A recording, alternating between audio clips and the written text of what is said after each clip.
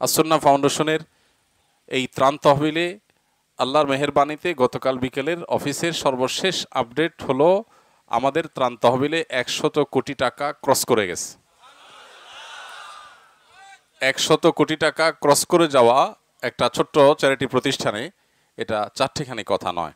শুধু আমাদের এখানে কেন, আমরা দেখেছি টিএসসিতে যে ত্রাণ তহবিল গঠন করা হয়েছে আমাদের ছাত্র বন্ধুরা তাদের উদ্যোগে, সেখানেও আমরা দেখেছি মানুষ সিরিয়াল ধরে সারা জীবন আমরা দেখেছি ত্রাণ নেওয়ার জন্য মানুষ সিরিয়াল ধরে।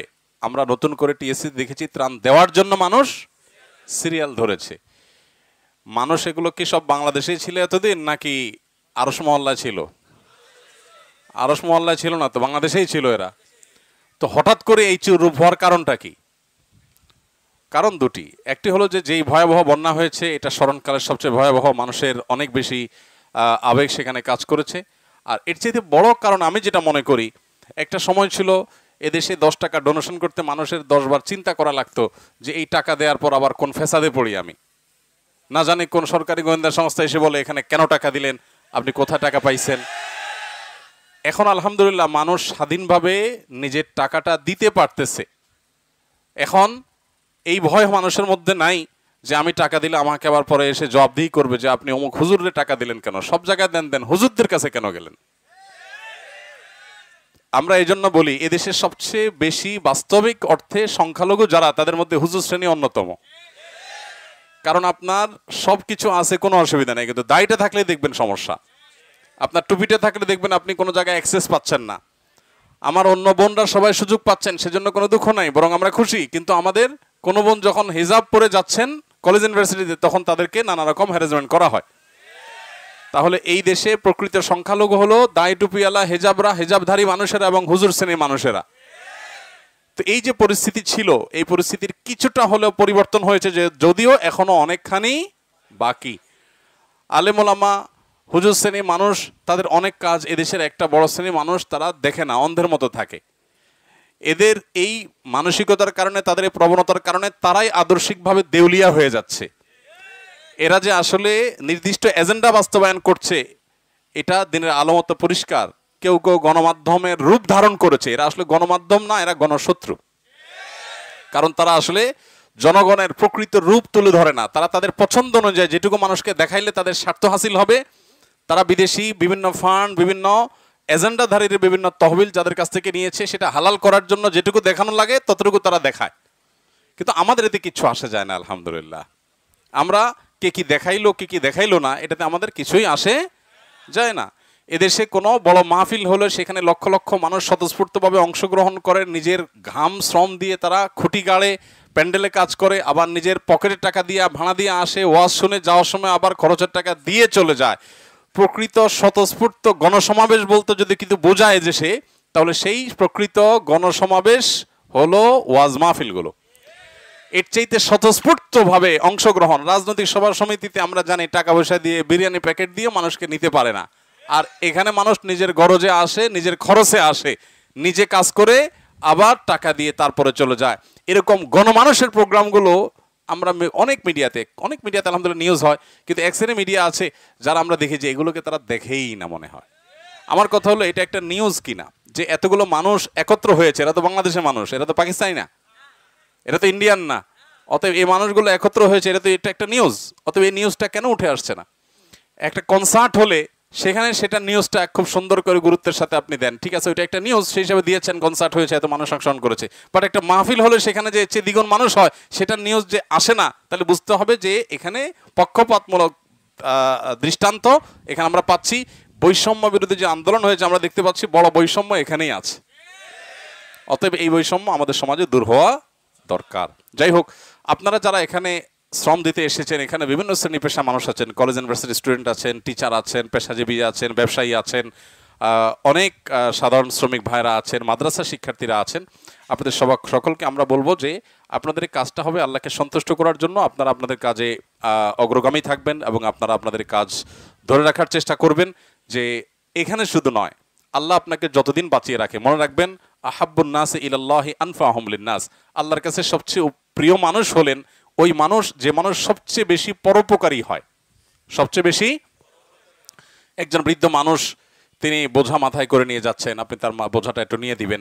একটা জায়গায় সবাই সিরিয়াল ধরেছে, আপনি একজন অসুস্থ মানুষকে প্রায়োরিটি দিয়ে দিবেন। আপনি ঠেলাঠেলি চলছে কোনো জায়গায়, আপনি নিজে যদি সম্ভব হয় নিজের অধিকারটা আরেকজনকে দিয়ে দিবেন। এভাবে মানুষের কল্যাণ করার আমরা চেষ্টা করব। আমাদের সমাজে যে সমস্যাগুলো আছে তার মধ্যে একটা হলো যে স্বার্থপরতা। আমি একটা কথা সবসময় বলি, কোনো স্বার্থান্ধ মানুষ ভালো মুসলমান হতে পারে না। ভালো মুসলমান হতে হলে আপনার স্বার্থকে জবাই করা শিখতে হবে, নিজের স্বার্থকে ছোট করে দেখা শিখতে হবে। বেশিরভাগ মানুষ দেখবেন, চাচা আপনার জান বাঁচা, নিজে বাঁচলে বাপের নাম। বাংলা একটা প্রবাদ আছে না, নিজে বাঁচলে। এটা একটা নিকৃষ্ট স্লোগান, এটা কোনো ভালো স্লোগান হতে পারে না। আমি বাঁচলে তারপরে বাপের নাম, তার মানে হলো স্বার্থপর মানুষের কথা। ইসলাম সেটা বলে না। ইসলাম বলে যে আমি প্রয়োজনে শেষ হয়ে যাব, কিন্তু আরেকজনটাকে আমি প্রায়োরিটি দিব। আমরা যখন রাস্তাঘাটে চলাচল করি, বিভিন্ন কাজকাম করি, আমাদের এরকম অনেক ইস্যু আসে যে ইস্যুগুলোতে আমাদের নিজেদেরকে ত্যাগ করে, নিজেদেরকে স্যাক্রিফাইস করে অন্যদেরকে প্রায়োরিটি দেওয়ার প্রশ্ন আসে। সেখানে আমাদের আসল ইমানদারিতার পরিচয় দেখা দিবে। মনে রাখবেন, দাড়ি টুপি রাখা, জুব্বা গায়ে দেওয়া, তাসবিহ তাহলিল করা, অনেক নেক কাজ করা অনেক সহজ, কিন্তু এরকম কঠিন পরিস্থিতিতে, কঠিন সিচুয়েশনে নিজেকে দমন করে রেখে অন্যের চাহিদাটাকে প্রায়োরিটি দিয়ে, অগ্রাধিকার দিয়ে নিজেকে পিছনে ফেলে রাখা, এটা কিন্তু কঠিন কাজ। ঠিক কিনা বলেন? এই জন্য আজকে আসন্না ফাউন্ডেশন ত্রাণ তৎপরতায় আপনারা অংশগ্রহণ করেছেন। আপনাদেরকে আমরা বলতে চাই, জীবনের তরে এটা পণ করে নেন, আপনি স্বার্থপর হবেন না। সবাই আপনাকে বলবে, আরে বেকুব কিসিমের মানুষ, কিছুই বুঝে না, সবসময় পিছিয়ে পড়ে থাকে, ঠেলাঠেলি চলছে, সবাই উঠে গেছে, সে উঠতে পারে নাই। আপনি এরকম বেকুব হওয়ার চেষ্টা করেন, দুনিয়ার এই বেকুব, তথাকথিত বেকুব লকব পাওয়া মানুষগুলো আল্লাহর কাছে অনেক বেশি বুদ্ধিমান ইনশাআল্লাহ। অতএব ভাইয়ের, আমরা সব ক্ষেত্রে স্যাক্রিফাইসের মানসিকতা রাখবো তো ইনশাআল্লাহ। আপনি দেখবেন আমাদের সমাজে প্রত্যেকটা ক্ষেত্রে আমরা সেলফিস্টের পরিচয় দেই। আপনি যখন রিক্সায় যাবেন, পাশ দিয়ে একটা প্রাইভেট কার যখন গতির সাথে যাবে আর পানির ছিটা এসে আপনার রিক্সায় উঠবে, আপনার গায়ে লাগবে, তখন আপনার মেজাজ মর্জি সব গরম হয়ে যাবে। আপনি বলবেন যে কত বড় অমানুষ, যে আশেপাশে রিক্সা দিয়ে মানুষ যাচ্ছে তো খেয়াল করে নাই। আবার সেই আপনি যখন কোনো প্রাইভেট কারে চড়বেন, তখন আপনি রিক্সা গাড়িওয়ালাকে বলবেন, তাড়াতাড়ি টানো ভাই, জলদি চলো। তখন আপনি দেখবেন না কার গায়ে পানি পড়লো কি পড়লো না। আপনি যখন কোনো বাসে উঠবেন, আপনাকে যেতে হবে দূরে কোথাও, তখন বাসওয়ালা যদি আপনার জোরে জোরে টেনে 2-4টা বাসকে পিছনে ফেলে দিয়ে সবগুলাকে ওভারটেক করে সে চলে যায়, আপনি বলেন মাশাআল্লাহ ড্রাইভার সাহেব, সেই ড্রাইভার আপনি, মাশাআল্লাহ মারহাবা। আবার সেই আপনি যখন আরেকটা গাড়িতে থাকেন আর একটা বাস সেটা আপনার গাড়িটাকে চাপ দিয়ে চলে যায়, আপনাকে কোনোভাবে কোণঠাসা করে ফেলে, তখন আপনি বলেন কত বড় ডাকাত মানুষ ড্রাইভারটা, দেখছেন? অর্থাৎ নিজের বেলায় আপনি 16 আনা বোঝেন, অন্যের বেলায় 1 আনাও। আপনি বলছি, এটা আমাদের কমন একটা সমস্যা। এই জায়গাগুলোতে আমাদেরকে মানুষ হতে হবে। মনে রাখবেন, ভালো মানুষ হওয়া ছাড়া ভালো মুসলমান হওয়া যায় না। কোনোদিন ভালো মানুষ না হলে ভালো মুসলমান হতে, আপনার আচরণ হবে সুন্দর, আপনার মুখ দিয়ে গালমন্দ বের হবে না, আপনি কারোর ক্ষতি করবেন না, আপনি মানুষের উপকার করবেন। মানুষ তো মানুষ, আপনি প্রাণীর উপকার করবেন, আপনি কারোর কোনো কষ্টের কারণ হবেন না, কোনো জায়গায় আপনার কারণে কোনো অসুবিধা তৈরি হবেন না। আপনি চিপসটাকে ঠোঙ্গাটা রাস্তা ফেলে দিবেন না, কারণ এটা গিয়ে জলাবদ্ধতা তৈরি করতে পারে কোনো জায়গায়। আপনি ডাব খেয়ে মালাটা যেখানে সেখানে ছুঁড়ে ফেলে দিবেন না, আপনি টিস্যুটা মোছার পর যেখানে সেখানে ছুঁড়ে ফেলে দিবেন না, আপনি এগুলো যথাস্থানে ফেলে দিবেন। আপনি দোষ ধরলে বহু দোষ ধরতে পারবেন, কোথায় ফেলবে এগুলো ভাই? আমাদের সিটি কর্পোরেশনে কি এরকম ফেলার মতো কোনো জায়গা আছে? আপনি থাইল্যান্ডে যান, ব্যাংককে যান, সৌদি আরব যান, 10 হাত দূরে দূরে বক্স আছে, আমাদের দেশে কিচ্ছু নাই। সেগুলো হিরুন ছিঁড়ে নিয়ে যায় 2-4টা থাকলে, আমরা কোথায় ফেলবো? অভিযোগ এরকম বহুত দেওয়া যায়। আপনি চাইলে এগুলো পকেটে রেখে দিতে পারেন।